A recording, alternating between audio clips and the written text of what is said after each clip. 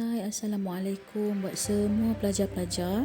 Baiklah, pada hari ini kita akan masuk ke bab 3 iaitu tajuknya adalah nutrisi. Subtopik pertama yang akan kita pelajari pada hari ini adalah 3.1 iaitu kelas makanan. Kamu tahu tak bahawa makanan kita terbahagi kepada 7 kelas utama iaitu yang pertama karbohidrat, protein, lemak, vitamin, mineral, pelawas dan air. Baiklah, kita akan lihat satu persatu penerangan mengenai 7 kelas makanan tersebut. Yang pertama adalah karbohidrat. Karbohidrat ini adalah sejenis sebatian organik yang mengandungi unsur karbon, hidrogen dan oksigen. Karbohidrat merupakan makanan ruji manusia kerana ia membekalkan tenaga yang banyak kepada manusia. Contoh karbohidrat ialah kanji, glikogen dan selulosa. Kanji itu apa? Kanji merupakan makanan simpanan yang ada dalam tumbuhan. Manakala glikogen pula ialah makanan simpanan yang ada di dalam haiwan. Selulosa pula ialah karbohidrat yang membentuk dinding sel tumbuhan. Sesetengah sumber karbohidrat seperti gula boleh membekalkan tenaga dengan cepat kepada badan kita. Contoh-contoh karbohidrat adalah nasi, roti, gula, pisang. Ini semua makanan yang mengandungi karbohidrat yang banyak yang mana ia boleh membekalkan tenaga kepada badan kita. Yang mana badan kita memerlukan tenaga untuk melakukan aktiviti seharian. Kelas makanan yang kedua ialah protein. Protein ialah bahan makanan yang mengandungi unsur karbon, hidrogen, oksigen dan nitrogen. Protein yang kita makan akan dicerna kepada unit asasnya iaitu asid amino. Kenapa kita perlu makan protein dalam diet seharian kita? Kerana protein tu diperlukan untuk pertumbuhan dan pembaikan tisu-tisu badan yang rosak serta menggantikan sel-sel yang telah mati. Contohnya seperti kamu sekarang, kamu perlu membesar. Jadi sel-sel kamu perlu sentiasa dibina. Jadi macam mana nak bina sel-sel baru supaya kamu boleh membesar?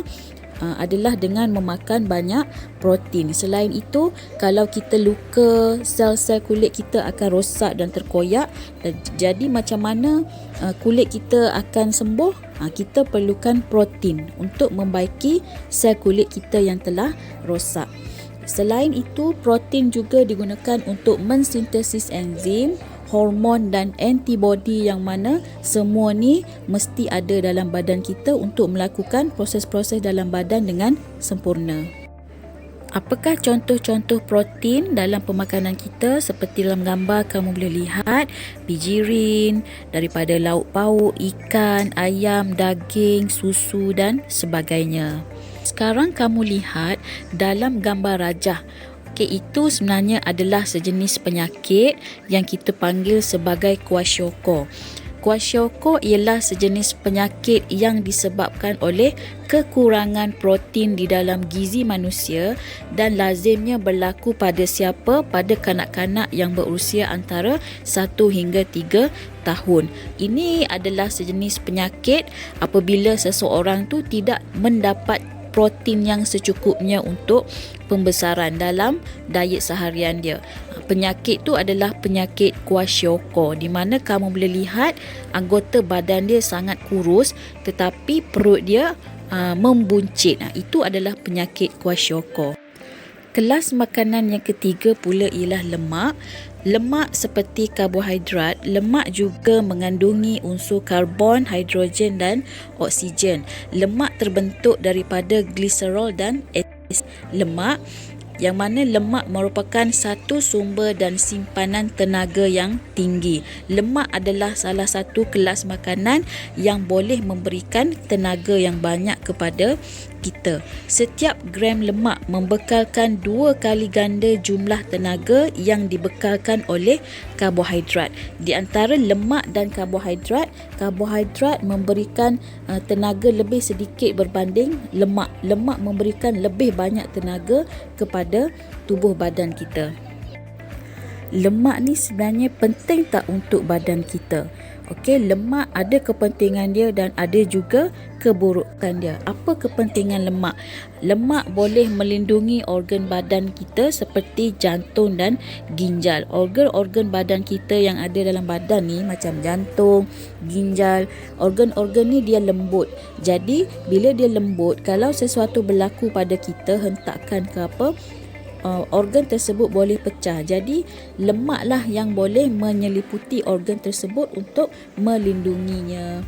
Kemudian lemak bertindak sebagai pengangkut, transport bagi vitamin adik, vitamin A, D, E dan K. Lemak yang berlebihan dalam badan akan disimpan di bawah kulit. Setiap badan kita ni ada lemak di bawah lapisan kulit. Untuk apa? Lemak tu kita ibaratkan sebagai selimut. Okey, yang mana lemak menjadi penebat haba untuk kawal suhu badan kita. Contohnya apabila kita pergi masuk ke bilik yang sangat sejuk, suhu penghawa dingin dia 16, suhu badan kita tak akan drop sampai 16. Sebab kita ada lapisan lemak yang menyeliputi tubuh badan kita. Jadi suhu badan kita akan kekal 36 contohnya. Itu fungsi lemak. Itu kebaikan lemak. Tapi kalau lemak yang berlebihan inilah yang boleh menyebabkan pelbagai penyakit. Contohnya lemak tu akan terkumpul dalam salur darah di jantung, boleh menyebabkan sakit jantung, boleh menyebabkan stroke, darah tinggi. Jadi lemak ni ada kebaikan dan ada keburukannya. Antara contoh-contoh lemak adalah seperti dalam gambar rajah di kamu lihat. Kita ada minyak sawit, kita ada mentega, minyak kelapa, minyak kacang. Minyak-minyak ni adalah contoh bagi lemak. Kelas makanan yang seterusnya adalah vitamin. Vitamin ialah sebatian organik yang tidak membekalkan tenaga. Vitamin tidak memberikan tenaga kepada kita, tetapi badan kita masih memerlukan vitamin itu dalam kuantiti yang sikit sahaja. Tujuannya untuk mengekalkan kesihatan yang baik. Vitamin boleh dikelaskan kepada vitamin yang larut dalam air dan vitamin yang larut dalam lemak. Kita boleh mendapat vitamin daripada sayur-sayuran, buah-buahan, susu dan daging. Sebab itulah dalam pemakanan kita seharian, selain nasi, lauk, kita juga perlu ada sayur dan buah-buahan sebagai sumber vitamin. Okey, vitamin larut air adalah vitamin B dan C. Dua vitamin ini melarut di dalam air, tetapi vitamin adik A, D, E dan K adalah vitamin yang hanya larut dalam lemak. Sebab itulah lemak tu juga masih diperlukan untuk tubuh badan kita. Vitamin A kita boleh dapat dari susu, kuning telur, minyak ikan.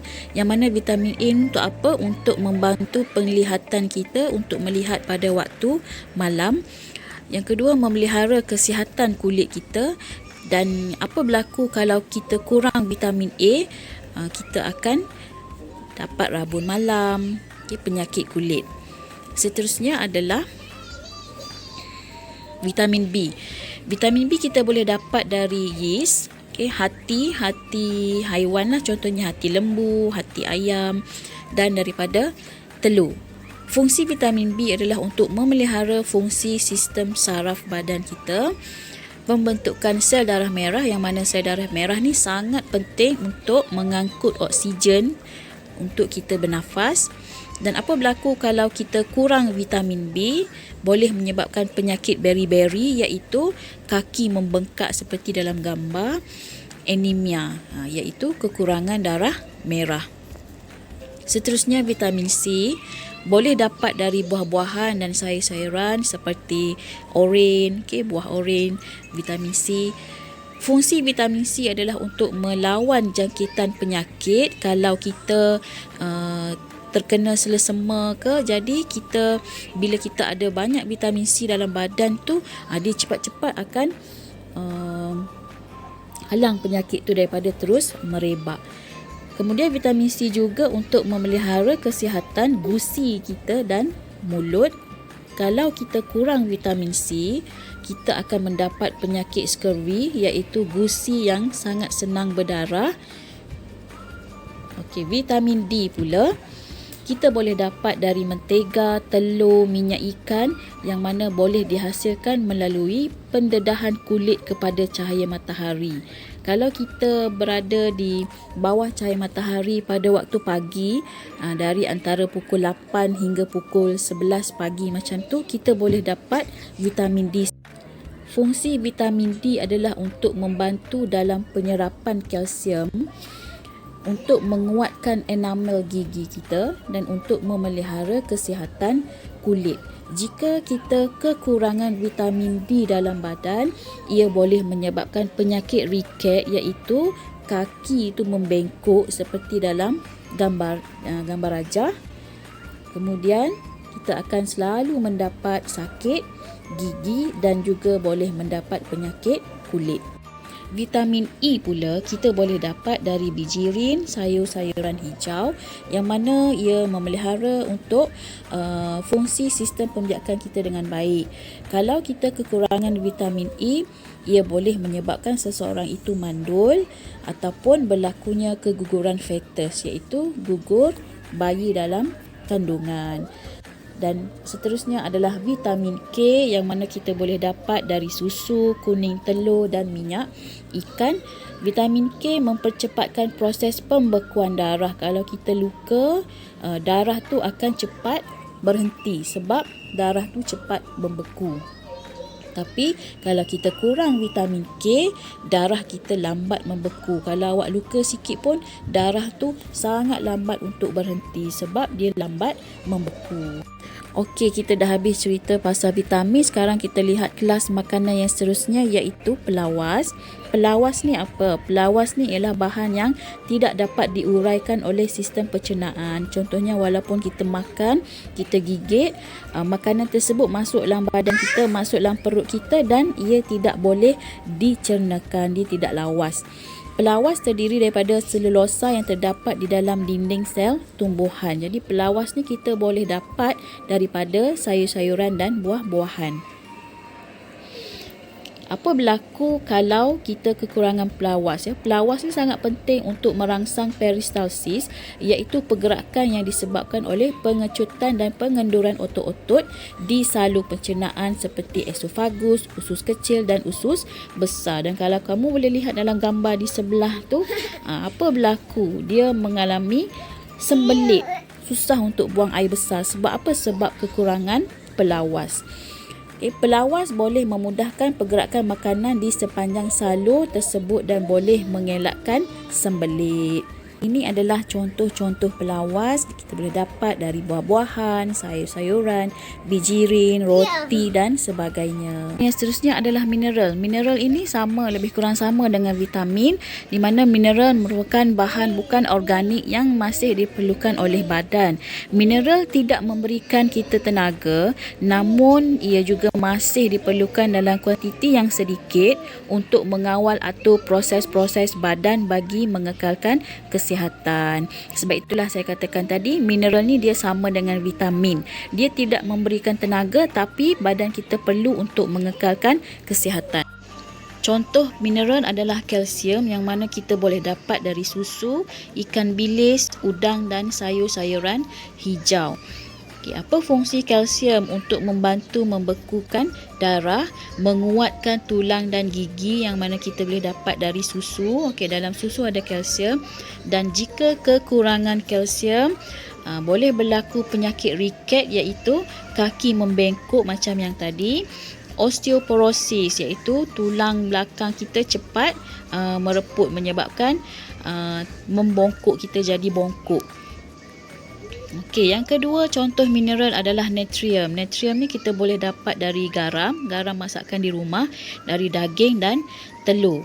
Apa fungsi natrium? Untuk memelihara fungsi sistem saraf kita, dan kalau seseorang itu kekurangan natrium, dia akan selalu mengalami kekejangan otot. Jadi kalau kamu selalu mengalami kekejangan otot, maksudnya kita kekurangan natrium.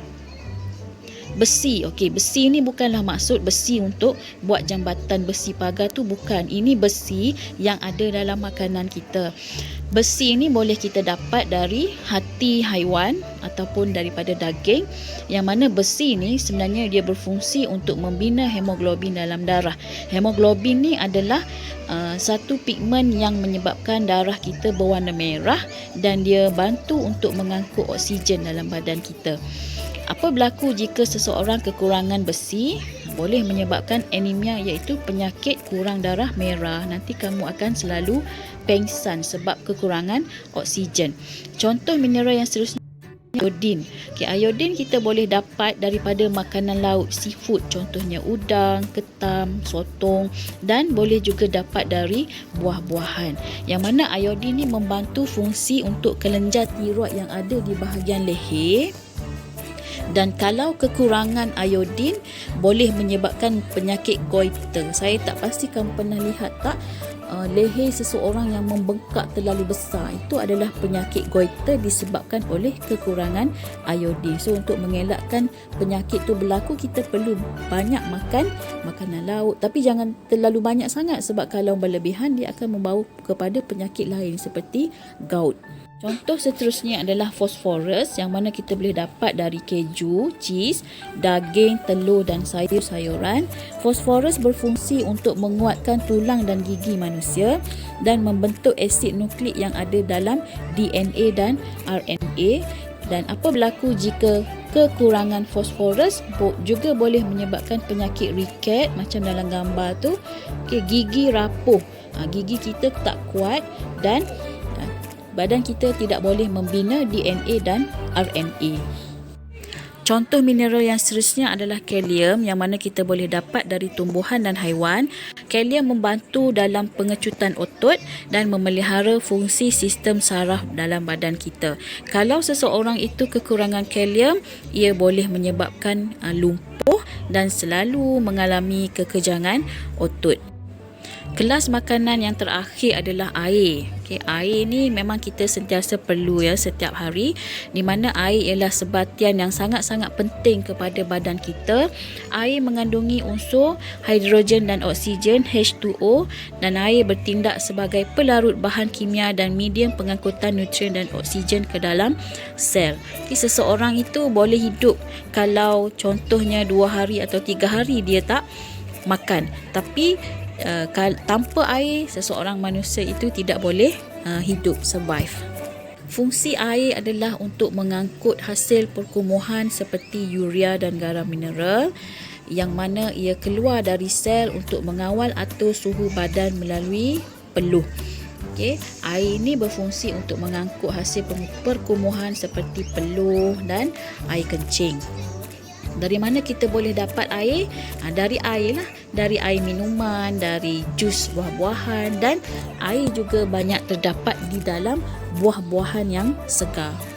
Kita perlu minum sekurang-kurangnya 2 liter air sehari. Baiklah, pada hari ini saya telah terangkan mengenai kesemua kelas makanan yang ada dalam diet seharian kita, iaitu ada 7 kelas utama: karbohidrat, protein, lemak, vitamin, mineral, pelawas dan air. Saya harap kamu boleh faham dengan jelas mengenai fungsi-fungsi kelas makanan tersebut, contoh-contoh karbohidrat, protein, dari mana kita boleh dapat, dan apa berlaku jika kita kekurangan kelas makanan tersebut. Baiklah, itu sahaja untuk hari ini. Sekian, Assalamualaikum dan terima kasih.